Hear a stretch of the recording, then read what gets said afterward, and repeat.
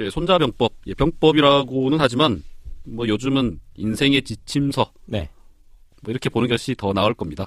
그렇죠. 전쟁론은 읽으면 읽을수록 진짜 전쟁을 생각하게 됩니다. 반면 손자병법은 읽으면 읽을수록 인생을 생각하게 돼요.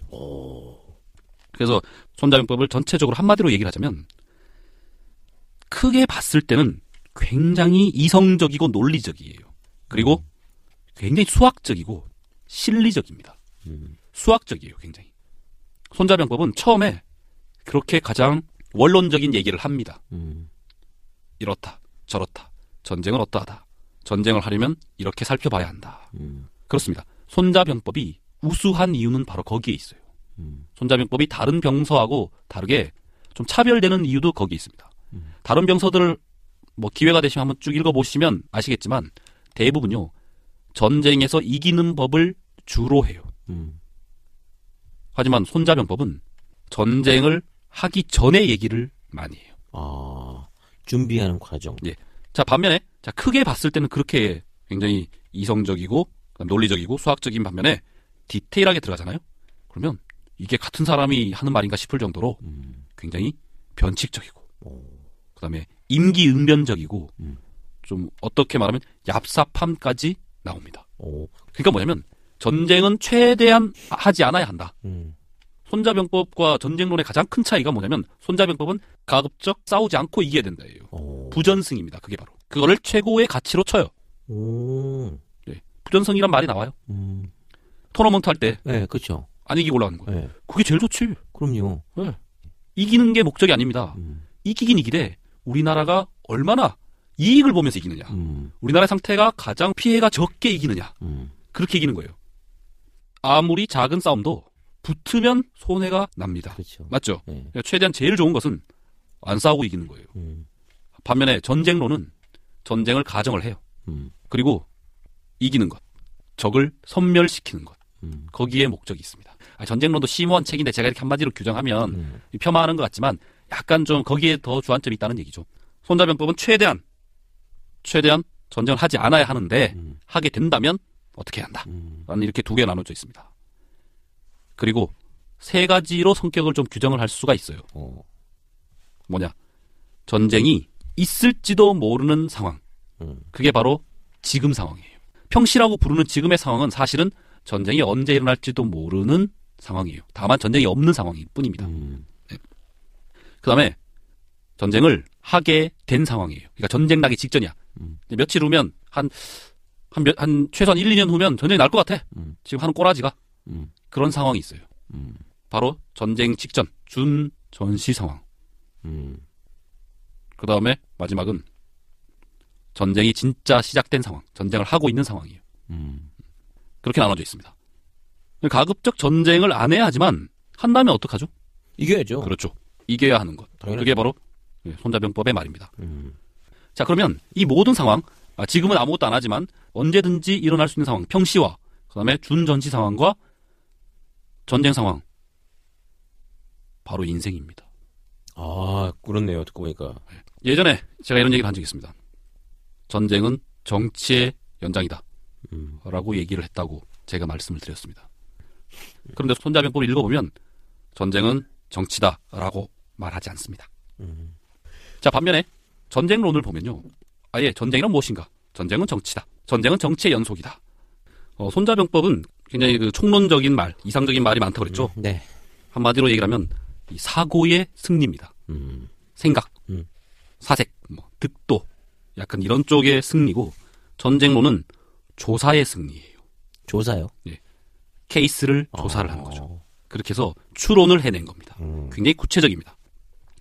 손자병법은 총 13편으로 되어 있는데요.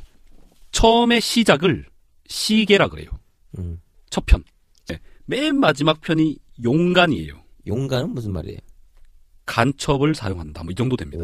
그러니까 간자가 사이간 아니 사이간. 맞습니다. 그래서 첫 편에 아주 시계, 이 계획을 딱 짜는 데 있어서는 가장 논리적이고 정연하고 실리적이고 수학적인 게 나오는 반면에 맨 마지막으로 가면 갈 때까지 가는 겁니다. 못할 게 없는 거예요. 시계는 한마디로 전쟁을 치르는 도입니다. 도? 예, 전쟁을 치르는 길을 설명하는 거예요.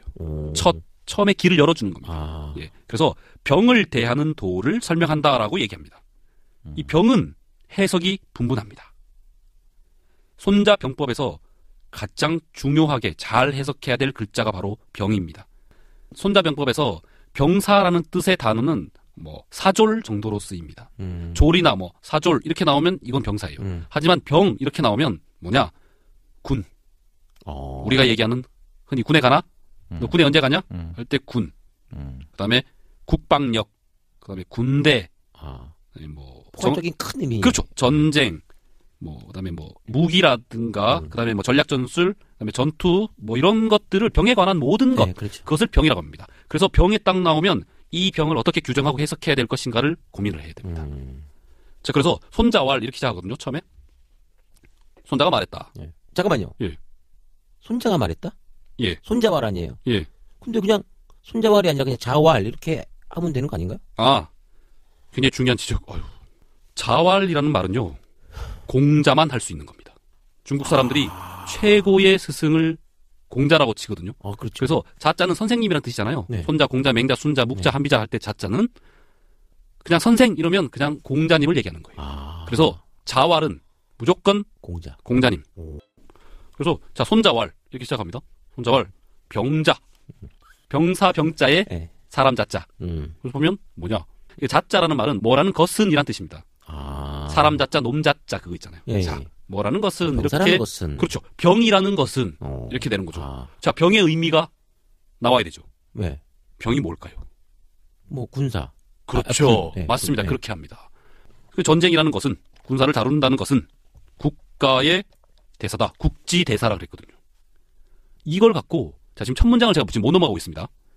이 문장을 갖고 자, 보면 일륜지 대사. 뭐죠? 인생에서 제일 큰 일이죠? 네. 제일은 아니지만 인생의 큰 일이죠? 국지대사. 뭘까요? 나라의 큰일? 예, 나라의 큰 일입니다. 예. 이걸 갖고 엄청난 주석이 붙었었어요. 나라의 큰일? 뭐, 나라의 큰일이지, 당연히 전쟁인데. 그치. 이렇게 생각을 했는데, 그게 아니고, 나라를 다스리는 굉장히 중요한, 수많은 의미가 들어있는 말이다. 이걸 갖고, 요 한 문장 갖고, 전쟁은 곧 정치다. 라고 엄청난 의역들을 했어요. 제가 얘기했죠. 손자병법에 전쟁은 정치다라는 네. 말은 존재하지 않는다고. 네. 그런데 요 문장 갖고 이미 규정을 해버렸어요. 많은 학자들이. 왜? 지금요, 정치 외에 경제, 사회 막 이렇게 나누는 것 같죠. 네. 옛날에는 그 모든 게 정치였습니다. 그렇죠. 예, 옛날에는 왕의 머릿속에 정치는 뭐냐면 백성들 배불리게 만드는 것. 나라 키워가지고 우리나라 사람들 배불리게 먹이는 게 정치였어요.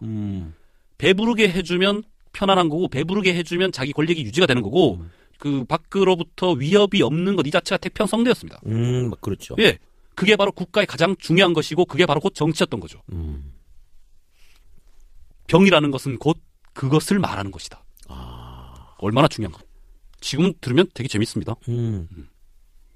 그래서 이 병에 관한 의미, 그 다음에 이 병이 확장돼서 국가와 접목이 되었을 때 어떻게 작용하는가에 관한 얘기를 손자는 시작했습니다. 그걸로 병법을 시작했습니다.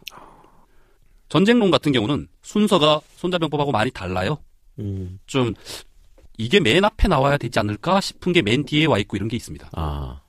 그건 뭐 글쓴이의 마음이지만 하지만 전쟁에 관한 규정은 클라우제비츠도 맨 앞에 해놨어요. 그리고 중간중간마다 전쟁이 정치와 어떤 관계에 있는지를 계속 얘기를 해요. 그 마키아벨리의 군주론도 보면 군주가 해야 될 것, 병사와 군에 관한 것 외에는 신경 써야 할 것이 없다. 이 정도까지 표현을 해놨어요. 물론 다른 얘기 많지만 거기 군제 편에 보면 군제, 뭐 군의 운용 요 편에 가보면 그런 얘기가 나옵니다. 그만큼 중요한 거죠. 다른 거 아무리 잘해도 어느 날 저기 와서 삑 쳐버려가지고 나라 망해버리면 끝이야. 그렇지. 네. 하지만 그저 마키아벨리의 군주론을 잘 인용하지 않는 이유는 마키아벨리가 그 책을 썼을 때에는 이탈리아의 도시 국가들이 전쟁 운용 개념, 병의 운용 개념이 지금하고 좀 많이 달랐습니다. 뭐였냐면 주로 용병을 썼어요. 예. 그러니까 용병은 있지 않습니까? 용병은 손자병법에서 말하는 이 병하고 성격 자체가 좀 달라요. 손자병법은 말은 하지 않았지만, 아니, 말도 많이 합니다. 병은 곧 뭐죠? 백성입니다. 그렇죠. 그렇잖아요. 백성은 곧 나라를 지키기 위해서 싸워야 한다는 의식을 갖고 있을 거다라는 것을 전제로 깔고 있어요. 하지만 마키아벨리의 군, 거기에 나오는 용병, 마키아벨리의 그 군 운용에 관한 글하고 손자병법과 전쟁론에 관한 이것은 기본적인 개념 자체가 바닥에 깔고 있는 게 달라요. 그래서 그걸 잘 인용할 수가 없는 겁니다. 그렇죠. 네. 그래서 전쟁은 병, 군에 관한 모든 것은 국가에 관한 모든 일이다. 정치다. 중대한 일이다. 그래서 전쟁 한번 잘못하면 나라 망하니까 굉장히 조심해라. 이게 바로 손자의 첫 번째 단락입니다. 얼마나 중요한 겁니까? 진짜 그렇네요. 예. 요 첫 장으로 인해서 손자병법은 다른 병서의 위에 올라설 수 있었던 겁니다.